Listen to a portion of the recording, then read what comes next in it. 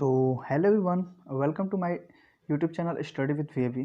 तो आप सबको बता दें कि हमारा इस channel BCA, BB and BCom से रिलेटेड हर एक सब्जेक्ट के वीडियो इस चैनल पे आता है। तो हमारे चैनल को सब्सक्राइब कर लें और अपने दोस्तों को शेयर कर दें। और हम आपको इस चैनल पे नोट्स भी प्रोवाइड करते हैं हर एक सब्जेक्ट का। तो आप चलते हैं, इसी के साथ हम अपने नए टॉपिक को शुरुआत करते हैं। तो आज हम डिस्कस करेंगे 7 सीज ऑफ कम्युनिकेशन क्या होता है। तो जो 7 सीज ऑफ कम्युनिकेशन है वो बहुत ही ज़्यादा इंपॉर्टेंट है एग्जाम पॉइंट व्यू से, क्योंकि एग्जाम में पूछने के इसके चांसेस बहुत ही ज़्यादा होते हैं। हम जिन जिन वीडियो को आपको बता दें कि वो इम्पोर्टेंट है तो आप उसे पढ़ लीजिएगा, क्योंकि एग्जाम में पूछने के 7 सीज के बहुत ही ज़्यादा चांसेस होते हैं। तो चलिए हम डिस्कस करते हैं 7 सीज ऑफ कम्युनिकेशन क्या होता है। तो जो 7 सीज ऑफ कम्युनिकेशन होता है वो बेसिकली 7 सीज ऑफ कम्युनिकेशन, इसमें 7 स्टेप्स आते हैं कि हमारा कम्युनिकेशन कैसे इफेक्टिव हो। तो उसके लिए कुछ रूल्स बनाए गए, या आप रूल्स बोल सकते हैं, स्टेप बोल सकते हैं, या गाइडेंस बोल सकते हैं। कि अगर ये सारी चीज़ें, सातों की सातों चीज़ें आपके कम्युनिकेशन में अगर हैं तो आपका जो कम्युनिकेशन है वो बहुत ज़्यादा इफेक्टिव होगा। आपसे जो आप जिस मैसेज को सेंडर के थ्रू रिसीवर को भेज रहे हैं, तो रिसीवर उसको आइडेंटिफाई और उस मैसेज को पढ़ना मतलब समझना आसान हो जाएगा एक बेसिक लैंग्वेज में।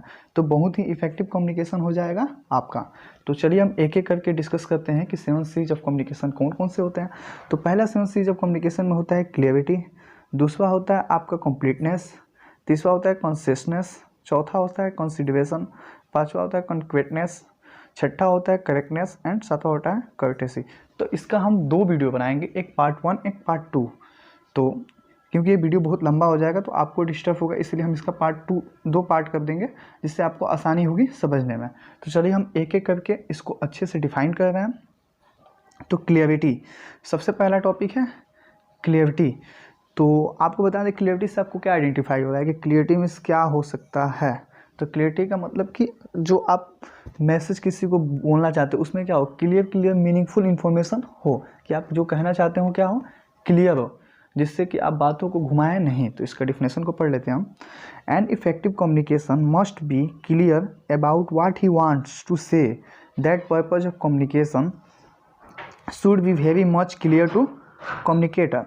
क्लियरिटी में क्या होता है कि इसका मतलब है कि आप जो कम्युनिकेशन कर रहे हैं उसमें जो भी आप वर्ड यूज कर रहे हैं, जो भी आप रिसीवर से कहना चाहते हैं वो आप क्लियर हो, उसका आपका पर्पस जो है कम्युनिकेशन का वो क्या हो, क्लियर है, जिससे आपका जो रिसीवर है वो आपसे कन्वे कर पाए और कम्युनिकेट कर पाए। तो यही होता है उसकी क्लियरिटी की इम्पोर्टेंस, कि आप अपने जो मैसेज भेज रहे हैं उसमें अच्छे अच्छे वर्ड यूज करें, मतलब मीनिंगफुल यूज, बातों को घुमाएं नहीं और अच्छे से कम्युनिकेट करें। इसमें हम कहते हैं क्लियरिटी। ये 7 सीज का फर्स्ट पार्ट होता है।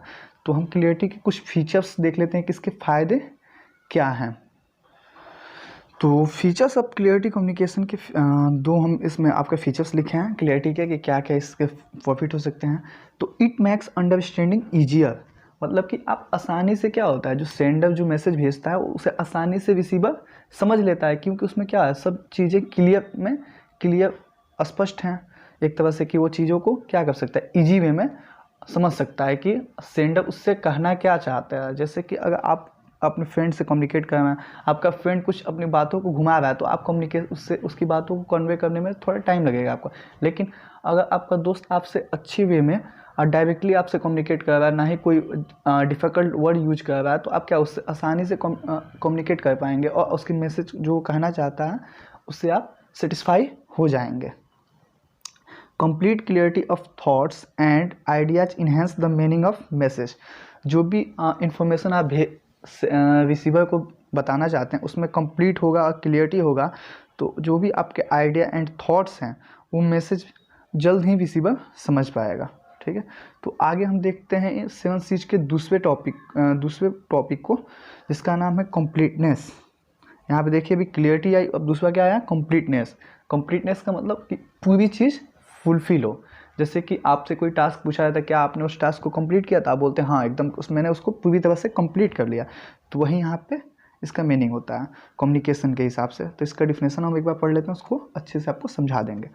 The communication must be complete, it should convey all the facts required by audience, the subject matter to be communicate must be एक्वेटिक एंड फुल।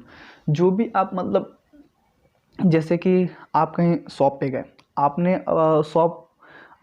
आपका रिसीवर हो गया, आप जो वहाँ से आप कस्टमर में, तो आप क्या हुए, सेंडर हुए, तो आप अपनी बातों को उसको कहेंगे। जैसे कि आपने कुछ चीज़, उस प्रोडक्ट आपको ख़रीदना है, तो आप ऑन कंप्लीट मैसेज उसको बोलेंगे।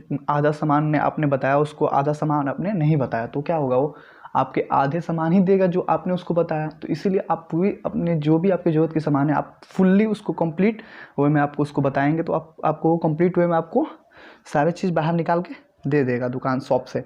तो ऐसे ही कम्युनिकेशन में होता है कि जब हम सेंडर पूरी बातों को कंप्लीट वे में अगर रिसीवर को बताता है, तो उस सारे मैसेज के मीनिंग को समझ लेता है, तो इसे ही हम कहते हैं कंप्लीटनेस। तो इसके भी हम फीचर्स को देखते हैं। इसके एक कंप्लीटनेस कम्युनिकेशन का एक ही मैंने फीचर्स लिखा है, जिसको मैं आपको डिस्कस कर दे रहा हूँ। Complete communications helps in better decision making by audience, reader and receiver. जैसे कि आपको बताया, जब आप कंप्लीट मैसेज किसी को देंगे तो क्या होगी, उससे उसको डिसीजन लेने में आसानी होगी। वो ज़्यादातर ऑन इन्फॉर्मेशन, जैसे अनकम्प्लीट इन्फॉर्मेशन होते हैं, तो आप डिसीजन लेते हैं तो क्या होता है, गलत साबित हो जाता है। तो इसीलिए जब फुल इन्फॉर्मेशन, आपको कंप्लीट इन्फॉर्मेशन मिल जाता है, उसके बाद अगर आप कोई डिसीजन लेते हैं, तो आपको प्रॉफिट होता है, बिजनेस में भी और रियल लाइफ में भी।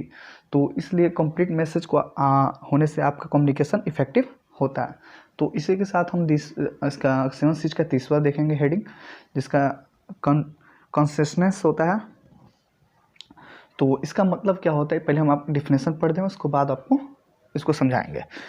तो consistence means wordiness means what you want to convey in the least possible words. The receiver of the communications, it is not impressed by the length of the message. Consciousness means मतलब कम से कम word का use करना। जैसे कि आप अपनी बातों को कहना चाहते हैं, तो कई व्यक्ति अपनी बातों को कहने के लिए बहुत सारे वर्ड का यूज करते हैं जिसकी ज़रूरत है नहीं। तो ज़्यादा बातों को घुमाए बिना कम से कम वर्ड को यूज करना और अच्छे से अपनी बातों को रिसीवर को बताना या आगे वाले पर्सन को समझाना अपनी बातों को, तो वही होता है कंसिस्टेंस। ठीक है। तो इससे क्या होता है, आपका टाइम भी सेव होता है, आपके इफेक्ट भी कम लगते हैं, और आपका रिसीवर जो होता है वो आपके इन्फॉर्मेशन से मिसमैच नहीं होता है, मतलब कि आपके मैसेज को अच्छे से समझ लेता है। समझ गए। तो जब आप उससे आपका जो रिसीवर होता है वो इम्प्रेस भी होता है, कि क्योंकि उसको कम समय में आपकी बातें पता चल गई, कम वर्ड में। तो कुछ वर्ड्स ऐसे होते हैं जो कि बहुत ज़्यादा मीनिंग्स कम ही वर्ड में, एक ही वर्ड बहुत सारे मीनिंग्स को प्रोवाइड करते हैं। तो वैसे वर्ड यूज हमें करने चाहिए, जिसकी हेल्प से हम कम से कम वर्ड यूज करेंगे और ज़्यादा से ज़्यादा बातों को या मैसेज को हम रिसीवर को कन्वे करा पाएंगे। इसी को हम कहते हैं कंसिस्टेंस। तो इसी के फीचर्स को हम आगे देखते हैं। तो it is both time saving and cost saving. एक हमने आपको बताया कि जैसे कि आपका वो टाइम सेविंग करता है, कॉस्ट सेविंग। जैसे कि टाइम आपका बचेगा तो आपके कॉस्ट भी बचेंगे, कम लगेंगे। जैसे कि आपको कोई और काम करेंगे कम समय में, ज़्यादा एफर्ट आपको एक मैसेज पे नहीं देना पड़ेगा। तो यही होता है टाइम सेविंग, होता है कंसिस्टेंस के कारण। ठीक है। दूसरा में आपका होगा consistence communication provide shorts and essential message in limited words to be audience. इससे क्या होता है कि ऑडियंस को हेल्प होता है कि वो उनके ज़्यादा टाइम नहीं लगती है, कम वर्ड में वो ज़्यादा मीनिंगफुल इन्फॉर्मेशन को एब्जॉर्व कर सकते हैं। जैसे कि आप इमेजिन कीजिए कि आप सेमिनार में बैठे हुए हैं अपने कॉलेज के, अगर आपको कोई आपका मेंटर आके, एक मेंटर है जो कि अपनी बातों को बहुत घुमा रहा है, तो आपको क्या बोरिंग सा फील होगा। बट आपका दूसरा मेंटर आया, उसने कम वर्ड यूज किए, अब आपको बहुत सारे उससे इन्फॉर्मेशन, मीनिंगफुल इन्फॉर्मेशन मिल गया। तो क्या हुआ यहाँ पे कि ज़्यादा अगर लेंथ आप वर्ड का बढ़ाएंगे तो आपके मैसेज क्या हो जाएंगे, बोरिंग हो जाएंगे। बट अगर कम वर्ड यूज करेंगे तो आपके मैसेज कम्युनिकेशन इफेक्टिव हो जाएंगे और ऑडियंस आपसे अच्छे से कम्युनिकेट कर पाएगी। और ज़्यादा बोरिंग होते हैं तो आपके ऑडियंस आपकी बातों को ध्यान नहीं देती है। तो अगला देखेंगे consistence message is not repetitive in nature. जो भी कंसिस्टेंस मैसेज होते हैं वो रिपीटिव नहीं होने चाहिए, जो कि जो वर्ड यूज होते हैं वो बार बार वर्ड यूज नहीं होने चाहिए। इससे क्या होता है कि इससे उन्हें बहुत ही मतलब एक ही चीज़ें बार बार आएंगी तो उन्हें भी बोरिंग सा फील होगा। तो आज के वीडियो में बस इतना ही। और अगर आप हमारा वीडियो आपको अच्छा लग रहा है तो हमारे चैनल को like and share and subscribe करें और अपने दोस्तों को बताएं इस चैनल के बारे में। और आपको अगर कोई भी टॉपिक में प्रॉब्लम हो रही है तो हमें कमेंट करें, तो इसका पार्ट 2 भी हम आपको प्रोवाइड कर देंगे। क्योंकि वीडियो बहुत बड़ा हो रहा है तो आपको बोरिंग फील होगा, इसलिए हम शॉर्ट वीडियो बना रहे हैं, इसका पार्ट 2 भी आएगा। तो thanks for watching my YouTube channel.